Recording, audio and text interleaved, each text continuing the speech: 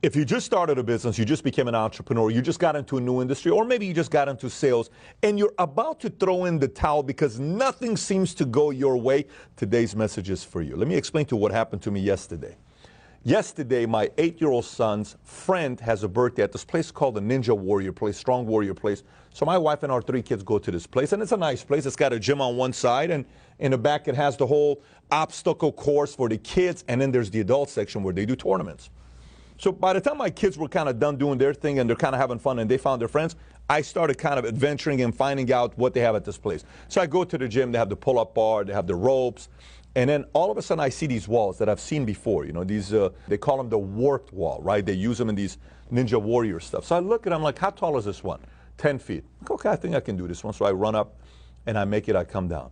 Then I'm walking and I see a couple other things and I see these 2 walls. One is green, one is blue. I look at the guy, the instructor, I'm like, let me ask you a question. How tall is that one? That one's 12 feet. How about this one? That's massive. Oh, that's the tournament one. That's 14 feet. 14 feet? That's what they use in Ninja Warrior tournaments. That's 14 feet. 14 feet, yes. It looks like the Wall of China when you look at it, right? So I said, let me give a shot with the 12-foot one. I look at it, I'm going, hesitating, coming back. Finally, I run, I make the 12-footer. I come back down. Then I'm looking at the 14-foot wall. And when you look at this blue wall, it just looks impossible, especially if you've never done it before. I'm not a CrossFit guy. I'm not a Ninja Warrior guy. I lift weights, I do cardio. That's pretty much what I do. And some other exercises that I do, boxing and fighting, right? So I'm watching this thing, and right before I'm testing this out, I'm kind of doing some steps, and I'm hesitating a little bit. One father comes, and he's like, yeah, let me do this. His wife and kids are there. Wife starts recording. He runs up. He falls on his back so bad. It was embarrassing. His kids are there. People are watching. It was terrible. So I'm standing in front of this thing thinking the same thing's going to happen to me as this father that just happened. My wife is there watching this. She's been recording for 10 minutes because I said, record, I'm going to try to make this thing here. 10 minutes later, my wife leaves. She's like, babe, I got to go see where the kids are at. My wife leaves, okay? She comes back. She says, what are you doing? They announced they're closing the gym down. The birthday's over with. You guys got to leave. And I'm telling the guy, I said, listen, I got to try this thing. Because if I go home tonight without at least trying to give my best for this thing, and knowing that my best isn't good enough to go up there, I can't go to sleep. But I have to at least know that I gave my best. So another 20 minutes goes. The guy's like, listen, we're closing up the gym. I said, just let me. So my wife starts recording. Then I run up, I don't make it. I run up, I don't make it. I run up, I don't make it. And a couple times I hesitate. Finally, he comes up. He whispers to me, says, listen, can I just give you some counsel? I said, yes. Nice 28-year-old guy, 29-year-old guy. He says, if I can just be honest with you, you're not committed to this jump. The only way this jump is going to work out for you is you have to be totally committed. I said, what do you mean? I was almost like a little bit offended by it. He says, you're not committed to this jump. But he's saying it to me with a smile on his face, very respectful. I said, tell me why. He says, every time you jump, your left hand hits the wall. And the reason why you're doing that is because you're scared that you're not going to make it. In your mind, you're already coming down because you're trying to protect yourself. You think you're going to hit the wall. He says the only way this works is you have to run up and then your hands have to go like this. You're not doing that. You're going like this. So I said, okay, let me see what's going to happen this time. So I start looking at the wall and I'm asking myself, are you really fully committed to this? What's the worst thing that's going to happen? Worst thing that's going to happen is you're going to fall like that father, maybe a little bit more because you're 20 pounds heavier than him. So it could be a little bit worse than that, but that's the worst thing that's going to happen. Okay, no problem. I'm fully committed. Go for it. And I take the steps, and all of a sudden I jump up, and I make it. Once I'm up there, I pull myself up. I hit the board because I'm excited. I come down. My daughter comes. I pick her up.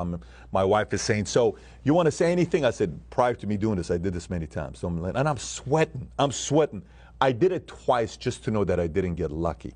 Why am I sharing this story with you? Let me tell you why I'm sharing this story with you. Look, I know a lot of people that I advise that run businesses. They get into sales for the first time, or they're entrepreneurs, or they put some money into their business and it doesn't work out for them, and they fail miserably. They blame the industry, they blame everything, but they don't look back and ask themselves the one question.